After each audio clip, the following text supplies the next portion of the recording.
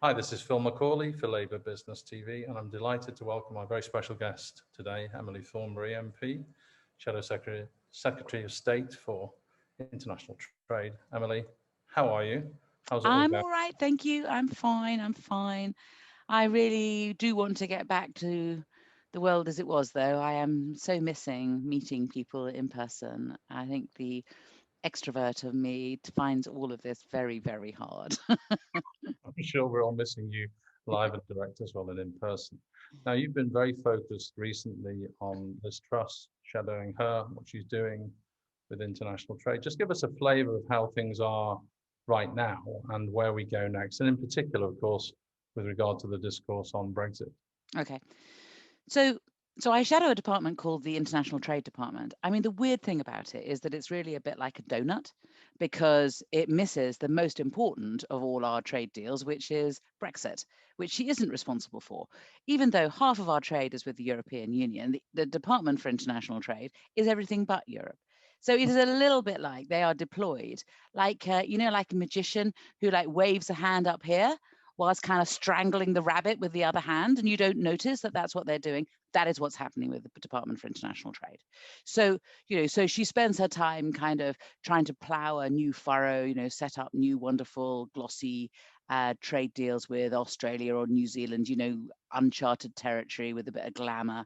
Um, where actually what they should be doing is they should be standing back, being strategic, and thinking, right, what's the best way for Britain to come back into trade?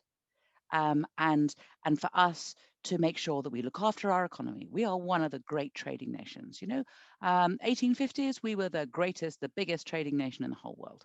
We are who we are because of trade. So we're back. So how do we go about doing it? We have to begin, obviously, with the biggest trade deal, the one that we're in at the moment, the one with our neighbours, the one that 50% of our trade is, and sort out Brexit. You have to begin that. And you begin with that, and then you work out, like, what rules you're going to be having, what the regulatory regime is going to be, like what the scenery is, who we are, what we're doing, all that sort of stuff.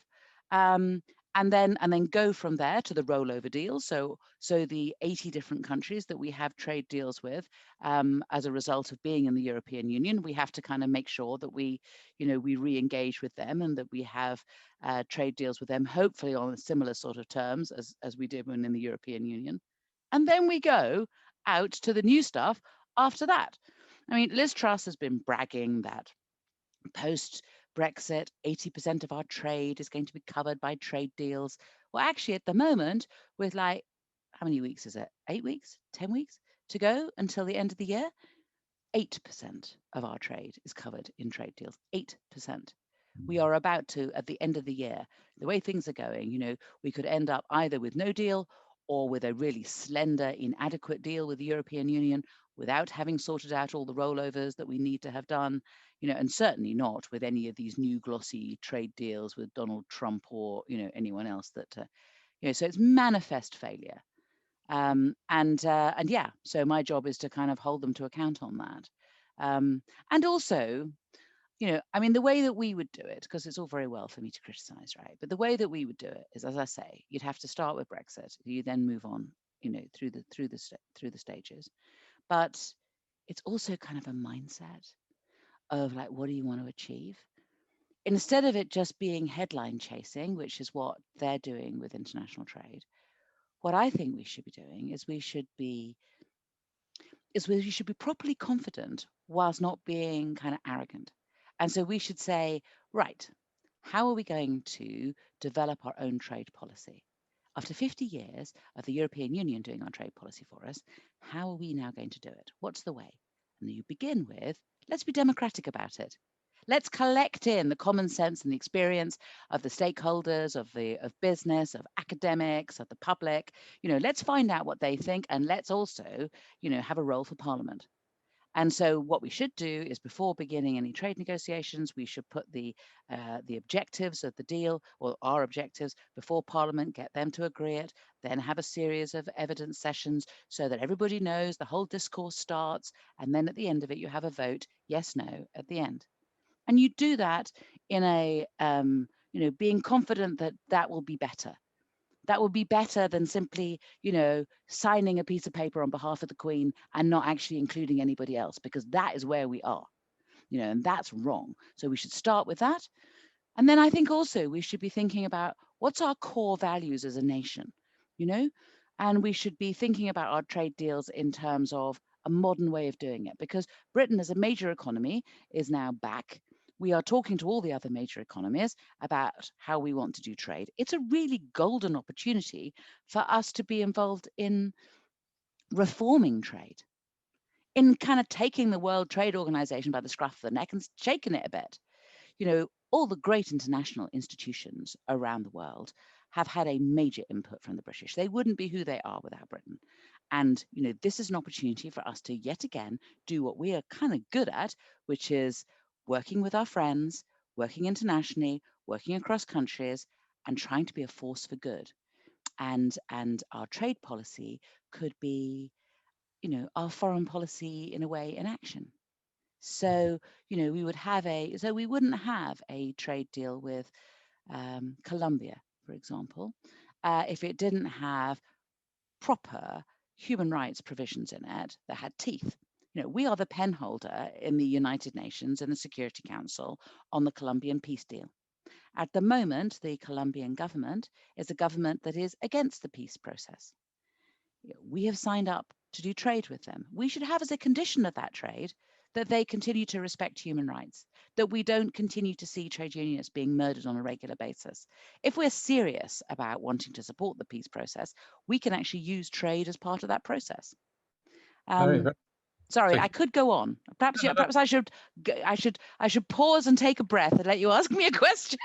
I mean, I tell you what though, what I'm basically saying is this is an amazing brief. I mean, yeah. it's a really interesting bit of policy that we're having to kind of do from the ground up because we haven't done before. And it links in with so many things. I had a meeting yesterday with the Shadow Cabinet Committee on Climate Change. And of course, whatever aspirations, whatever ambitions, whatever plans we have for what we're doing domestically, we have to also have a way of working out that we don't offshore our carbon emissions. And we have to do that through trade agreements. It's all very well us, saying the right things in COPs, but we have to be doing the right things in our trade negotiations and in our reforming of the World Trade Organization. Because at the moment, the WTO doesn't really even acknowledge the importance of supporting the fight against climate change within trade negotiations. And we've got Jacinda in New Zealand, who's getting a little gang of like-minded countries together to start doing some work on climate change. Why aren't we there with her? Why aren't we sitting at a table with them and working with them? This is the sort of thing a Labour government would do. This is the sort of thing that a Labour International Trade Secretary would be doing. But no, we've got the Tories just sort of, I don't know, I think of them like a ball in a pinball machine, just sort of bashing from one side to another. And, we're no plan, no strategy, apart from, as I say, distraction from the main problem, which is that we are not getting an adequate deal when it comes to leaving the European Union. Why do you think they are so bad at strategy and organisation? I mean, they're clearly just playing politics the whole time. And does it come down to the kind of advisors that they have around their table as well? We've seen a lot of errors since the Dominic Cummings era began. I think that what they've done is they have, yes, you're right. I mean, I think the analysis has to begin with Boris Johnson, and he's a little bit of a kind of an empty vessel, and he will, and he is very influenced by his advisors, and who he chooses to have as advisors, and he chooses people who are fundamentally campaigners, I think, and so they're constantly campaigning. They're not actually governing. And I think, the fact that people give them so much rope because they're Tories, because I think that there is something in our psyche, and we really, really ought to have grown out of it, which is that somehow it's about class. And it's about, Tories were born to rule. And because they were born to rule, they must be good at it. No, just because they think they were born to rule does not make them good at it. They can be incompetent, but they are given so much more leeway than we would ever be, because people are constantly sort of, oh, it's Labour, it's going to fall, it's going to fail, it's a high wire act. No, we can govern a country as well as the Tories. Frankly, we can govern a country a damn sight better. This party, this Tory party is exhausted. They've kind of got to the end of the road. The sort of people with talent have been in senior positions, have had their rows, have had their difficulties, have resigned, and then a new lot come in and a new lot come in. And what are we left with? The thing which holds the cabinet together at the moment is a belief in a extreme Brexit. Yeah. And that's what holds them together. There's not anything else, certainly not, in my view, experience or talent or vision further than extreme Brexit. And then, of course, what happens at the end of this year? What happens at the end of the year if we've had an extreme Brexit? Then what are they for? What are they going to do then? We've already heard talk, haven't we? They're thinking of getting rid of Boris and then sort of trying to reinvent themselves again. We just should not be allowing this to happen. I think you're right. So frustrating. What's your sense of the preparedness of business in Britain for this extreme Brexit, as you described? Well, the question is, I mean, it's all very well that the Conservatives spending all this money on an advertising campaign. Time is running out. Yeah, we know that. So I mean, and of course they're really good at blaming other people, for their own failures. I mean, last night I did Times Radio with Tim Lawton, and he was telling me I could not. I was lying in bed last night going, did he really say that? He basically said that, that we should have been more grateful when the Tories had voted for free school dinners for poor kids over the summer. And if only we had given them more credit and been more grateful, it would have been much easier to have persuaded them to do it the second time.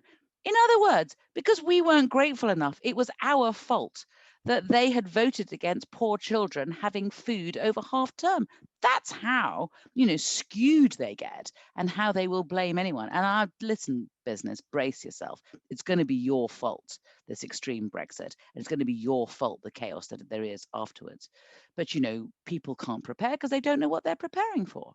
I was speaking to the poultry industry yesterday, and I was saying to them, what is the minimum that you want? And they were saying, well, third country recognition. Are they going to, is it going to be that they will be recognized as a country that we will be recognized as a country that can export into the European Union? They don't even know that. They don't even know that. And then they don't know, what tariffs will there be? How much time will it take? If you've got eggs, which they do have, because Britain is, I know all about chickens now. So, we're one of the great countries when it comes to, it seems, the breeding of chickens, and particularly meat chickens. And so we export eggs that are fertilized and ready to hatch. But, they've only got a certain amount of time. So, so they're not going to have priority in exporting those eggs into Europe. Now, if there is chaos in Kent, which obviously there will be, day-old chicks are getting priority because that's a welfare issue. But the chicks that have been a day before in the egg are not being given priority. And Lord knows what's going to happen. So they try and keep the eggs cold to stop them hatching. But will they go rotten? But because they're not fluffy, they haven't been given priority in the same way. How is the poultry industry supposed to be, preparing? Brown meat is something which we export. We tend to eat the breasts. Brown meat is cheaper. If we have to pay 30 or 40% tariffs, then is it even worth thinking about exporting brown chicken meat? Because, the margins are so tiny on brown meat. All of these questions are questions that these poor guys, 8 weeks, 10 weeks to go, they still don't know. They don't know, so how are they supposed to be preparing? And then they say, they know that they have to fill in all this paperwork, whatever happens, even if we get a great deal with the European Union, everyone is going to have to prepare this paperwork. There aren't enough customs officials to check the paperwork. they can't be prepared for that. That's not their fault. That's not something business can sort out. But also, will there be enough vets to check the what's it called, phytosanitary standards? They don't believe that there are. They do not believe that there are. I mean, the government says that there's potentially 1,200 vets who could do it, and they only need 200. These guys can't believe you just need 200 vets for all the meat and animals that go backwards and forwards between Europe and Britain. So it's just an example, of is business ready? Well, no, business of course isn't ready, because business doesn't know what it's supposed to be ready for.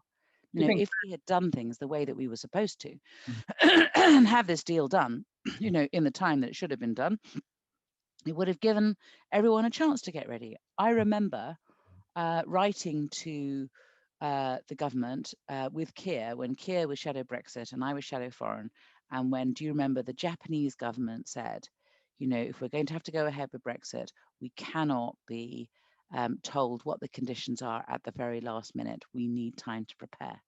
We Mm. actually find ourselves 8-10 weeks out, when it isn't even as though business has now been told what the conditions are. We're still waiting for it to be negotiated. So please don't blame business. I mean, really, it's the Tories' fault. They will try and blame business or Europe, or maybe even the Labour Party, may even be our fault. Let's see how they work on that, but it won't be their fault, that's for sure. It's like dealing with children. Mm. It's an extraordinary situation. You think chaos is their objective in order to blame the European Union for them having to have a hard Brexit and all the rest of it, and they get their ERG sanctimony through? I mean, it just. I think certainly there's some of them, but I don't believe, even when I'm feeling really harsh towards the Tories, I don't believe that that's how all of them think at all. I think there are intelligent, thoughtful people in the Conservative Party who are holding their head in their hands. Yes, well, imagine that is the situation. So let's just imagine we've gone through the Brexit moment. We don't really have an agreement other than some Johnsonian fag packet arrangement to claim something, which may or may not happen if you can be bothered to find a fag packet. Yeah, yeah. If after this position, there we are in the new year, it's happened, it's over, the transition period has ended. Is this really when the Brexit negotiations start? Once they're actually free of their legislative. Yeah. I mean, a lot of business people say to me, whatever happens, Emily, we have to have a deal. Because no matter how inadequate it is, because if we stop talking, the political and the economic fallout from that will be so appalling, and we won't be talking. And so we won't be able to do any improvements at all. And clearly there will be glaring great gaps, in the deal, and those gaps will need to be filled by people of goodwill, out of the glare of publicity, away from politics, just sorting things out with a bit of common sense. But there needs to be the stone that bears the weight, which will be the kind of inadequate Brexit deal that there is. And yeah, I mean, we talk like this. And of course, it's so far away, isn't it, from the promises that were made 4 months ago, where, everything was going to be perfect when we left the European Union. And our expectations have been lowered and lowered and lowered, so that now we just want a deal. That's how bad it is. It's crazy. And on top of that, of course, the pandemic and the completely hopeless. Absolutely. So, Absolutely. how's 2021 going to be in comparison to 2020? Who knows? I mean, nobody makes predictions these days, do they? I mean, it's as if every year is kind of, just worse than the last. Every year looks back on the year before going, ha, you thought you were bad. Look at me. Yeah. I mean, listen, there might be some good things. I mean, straws in the wind. So if Biden gets elected, that will make a huge difference.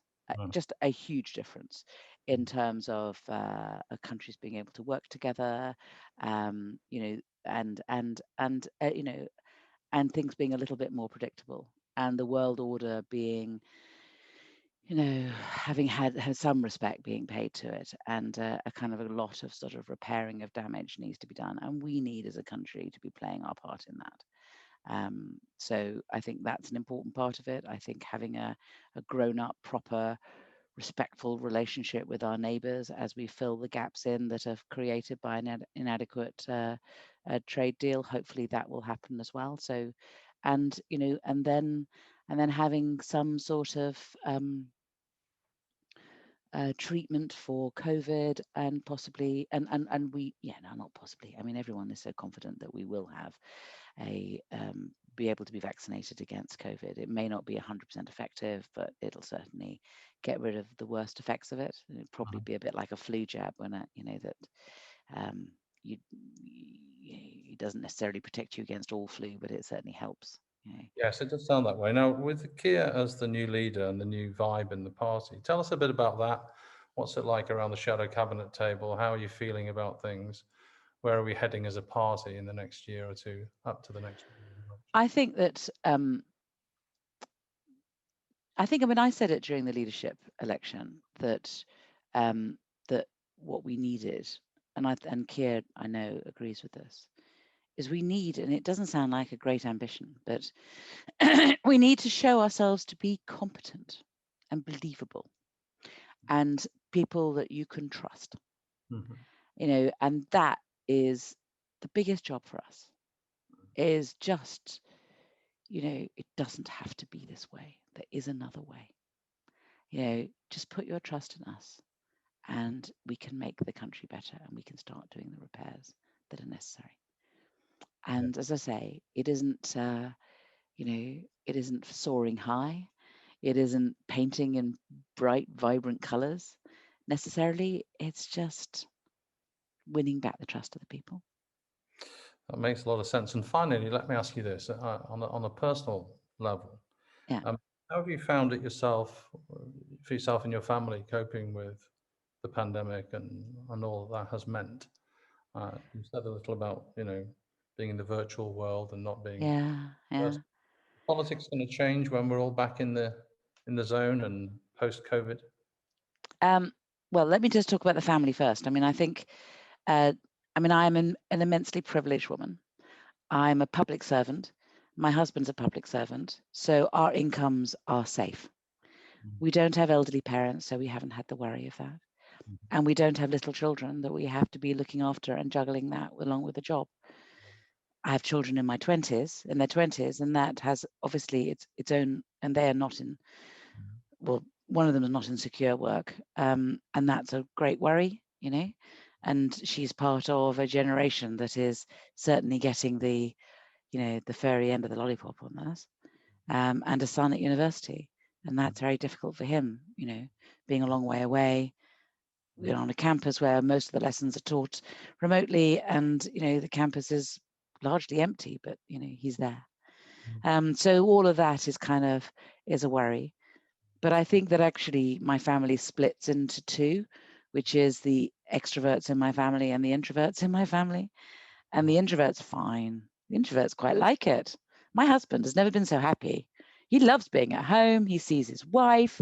He's a judge. He sits in his grandmother's armchair and gives out judgments from the luxury of home. It's all fine for him, and he's in the room next door and I'm in this room, and we do everything by Zoom. I hate it. Yeah. I miss people. I miss seeing my constituents. I miss giving them a hug. I miss the surgeries. I miss the meetings. I'm going to really miss we're going to have, Remembrance Sunday coming up. I'm really going to miss having a proper Remembrance Sunday. I miss public gatherings. I miss seeing my colleagues in Parliament, because we can't, because we don't. I miss the chamber. I miss being able to go in, for debates. All of that is I miss basically rushing around sorting things out, and I can't do things in that way. I hate it. I just, like, the sooner this finishes, the better for me, really. Absolutely the better for me. I mean, I have the upside, I have a strong family. I have a loving relationship. I've been with my partner 38 years. And one of the good things coming out of COVID for us is that despite the fact that we're with each other all the time, and that even though we've been together for 38 years, I don't want to sound really soppy, but we realize we really do love each other. Oh, Which is kind of, so that's all right. So there's some good things. It may be because we haven't really seen a great deal of each other the last few years, but it's nice to see each other again now. love each other through Zoom. Well, that's good to know. Thank you very much for your time today. Let me conclude this by thanking you very much on behalf of Labour Business and wishing you good luck with the rest of the trade negotiations. Thank you. Thank you very much. Lovely to talk to you.